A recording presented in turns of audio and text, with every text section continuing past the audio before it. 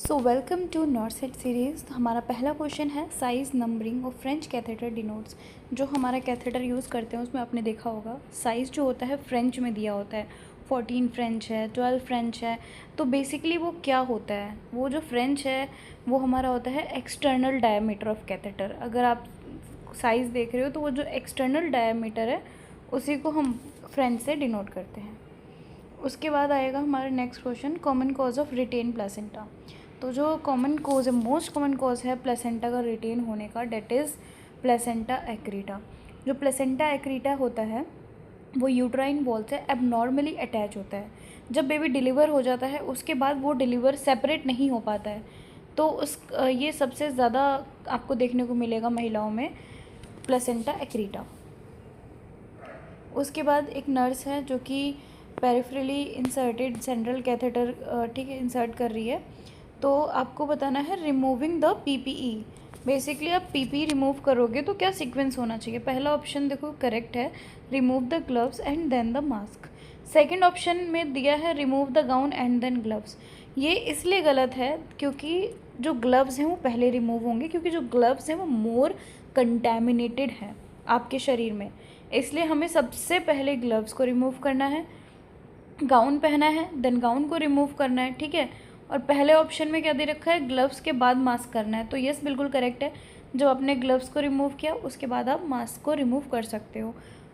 Option C में दे रखा है कि पहले मास्क उसके बाद ग्लव्स, तो ये भी गलत है क्योंकि gloves is the most contaminated. तो अगर कोई और चीज़ पहले दे रखी है और ग्लव्स को बाद में दे रखा है तो वो ऑप्शन तो वैसे ही गलत हो जाता है। नेक्स्ट है, ये इंग्लिश का है, तो इसमें दे रखा है फिल इन द ब्लैंक्स करना है। Basically there is little hope for survival, correct होगा। इसमें मच आएगा, ही about much information about the thief, ठीक है, क्योंकि इन्फॉर्मेशन बेसिकली एक अनकाउंटेबल नाउन है तो इसलिए हम मच का यूज़ करेंगे, ए एन दा का यूज़ नहीं होगा यहाँ पे। नेक्स्ट है find the correctly spelled word. तो बेसिकली चारों में से एक सही है, आपको वो वर्ड्स आने चाहिए, उनकी करेक्ट स्पेलिंग आनी चाहिए, तो आप इसे आराम से कर सकते हो। उसके बाद a man who speaks rarely speaks the truth. तो एक आदमी जो बहुत ही कम सच बोले उसे झूठा बोलते हैं, क्योंकि सच नहीं बोलेगा तो फिर सेकंड ऑप्शन तो झूठ ही है, ठीक है। उसके बाद हमसे पूछा गया है first sign of puberty in girls. जो पहला साइन है वो ब्रेस्ट बडिंग होता है, सेकंड होता है adrenarche that is pubic and axillary hair growth, और थर्ड होता है हमारा मिनार्च दैट इज़ मेंस्ट्रुएशन। तो सबसे पहले थैलार्च आएगा that is breast budding. Next question है when a child lost his hand. अब एक चाइल्ड है जिसका हाथ मतलब नहीं है, किसी दुर्घटना की वजह से कट गया है, तो वो अपना रूटीन वर्क नहीं कर पा रहा है, तो इस कंडीशन को हम बोलते हैं हैंडीकैप, ठीक है। नेक्स्ट है इंग्लिश का, फिर से Suraj is negligent dash attending his class. तो यहाँ पे इन आएगा, ठीक है। नेग्लिजेंट इन बेसिकली इस फ्रेज को कंप्लीट करना था, केयरलेसनेस को दर्शा रहा है यहाँ पे। तो उसके बाद ये आपको ए एन दा का पता होना चाहिए, तो इंग्लिश के हैं आप देख लेना। उसके बाद है in which of the following types of cardiomyopathy does cardiac output remain normal. तो बेसिकली इसमें से जो हाइपरट्रॉफिक कंडीशन है, हाइपरट्रॉफिक कार्डियोमायोपैथी, ये एक टाइप होता है जहाँ पे कार्डियक आउटपुट नॉर्मल रहता है, ठीक है। जो हाइपरट्रॉफिक कार्डियोमायोपैथी है उसमें जो हार्ट मसल होती है वो एबनॉर्मली थिक हो जाती है, तो उस थिकनिंग की वजह से पंपिंग की एबिलिटी जो है जनरली रिड्यूस नहीं होती है अर्ली स्टेज और मिड स्टेज में।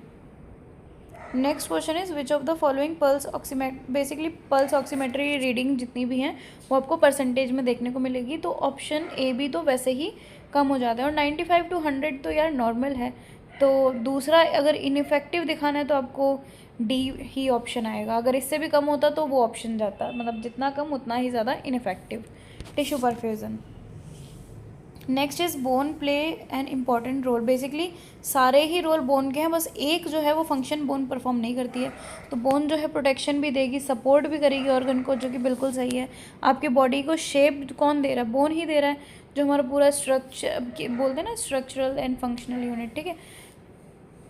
उसके बाद secrete the hormone calcitonin and store blood cell. ये गलत है क्योंकि जो कैल्सीटोनिन है वो ये सिक्रेट नहीं करता है बोन, ठीक है, लेकिन कैल्शियम और फॉस्फोरस को स्टोर ज़रूर करता है ये। उसके बाद hormone responsible for development of corpus luteum. तो कॉर्पस ल्यूटियम के डेवलपमेंट में कौन सा हार्मोन रिस्पॉन्सिबल होता है? That is LH hormone. जो ल्यूटिनाइजिंग हार्मोन है हमारा वो ट्रिगर करता है ओव्यूलेशन को, जिसकी वजह से कॉर्पस ल्यूटियम का डेवलपमेंट होता है, ठीक है, from a ruptured ovarian follicle. और FSH क्या करता है? स्टिमुलेट करता है ग्रोथ ऑफ ओवेरियन फॉलिकल्स को, लेकिन कॉज नहीं करता है फॉर्मेशन के लिए। उसके बाद हेल्थ सर्वे और प्लानिंग कमेटी का चेयरमैन कौन था? AL मुडालियर। हैज़ार्ड क्या होता है? वो कोई भी चीज़ जिससे आपको हार्म हो रहा है, इंजरी हो रही है किसी भी पर्सन को, उसे हम हैज़ार्ड बोलते हैं। जैसे कि फ्लोर गीले होने की वजह से हैज़ार्ड हो सकता है, एक्सपोज्ड वायर, ठीक है, शार्प ऑब्जेक्ट, तो ये सारे ही हैज़ार्ड के एग्जाम्पल हैं। What is the true primary facility? तो ट्रू प्राइमरी फैसिलिटी क्या होता है? There service are provided on an outpatient basis, ठीक है। तो जो फैसिलिटी होती है बेसिकली PHC फैसिलिटेट करता है basic health services for the community, और ये जो सर्विसेज होती हैं जनरली प्रोवाइड करती हैं आउट पेशेंट बेसिस पे, OPD टाइप में, ठीक है। मतलब कि पेशेंट को रुकना नहीं है, पूरी रात रुकना नहीं पड़ेगा, वो आएगा दिखा के जाएगा। ओके, उसके बाद during pregnancy average weight gain कितना होता है? 12 to 13 kg, और पाउंड में बात करें तो 25 to 35 पाउंड। और जो most of this gain happen during the last 2 trimester, सबसे ज़्यादा जो वज़न बढ़ता है वो लास्ट 2 के ट्राइमेस्टर में बढ़ता है। उसके बाद देखते हैं हम कितना बढ़ता है इसमें। हाँ, अराउंड 3.6 kg 8 पाउंड्स फीटस होता है, ठीक है, और 1.8 kg that is 4 pound is amniotic fluid, placenta and foetal membrane. तो इसकी वजह से भी उसका वेट, मदर का वेट गेन हो रहा है। यूट्रस का साइज़ बढ़ रहा है तो यूट्रस में भी वेट आएगा, ऑफ कोर्स 3 पाउंड का हो जाता है। ब्रेस्ट में भी डेवलपमेंट देखने को मिलती है, इन लार्ज देखने को मिलेगा, दैट इज़ 2 पाउंड, ठीक है। सब टोटल कर लोगे तो आपका 12-13 अप्रॉक्स kg मदर में वेट गेन देखने को मिलेगा। फैट का स्टोरेज ही 2.7 to 6 kg हो जाता है। So that's it for the video. मिलते हैं नेक्स्ट वीडियो में नए क्वेश्चंस के साथ, तब तक के लिए बाय बाय।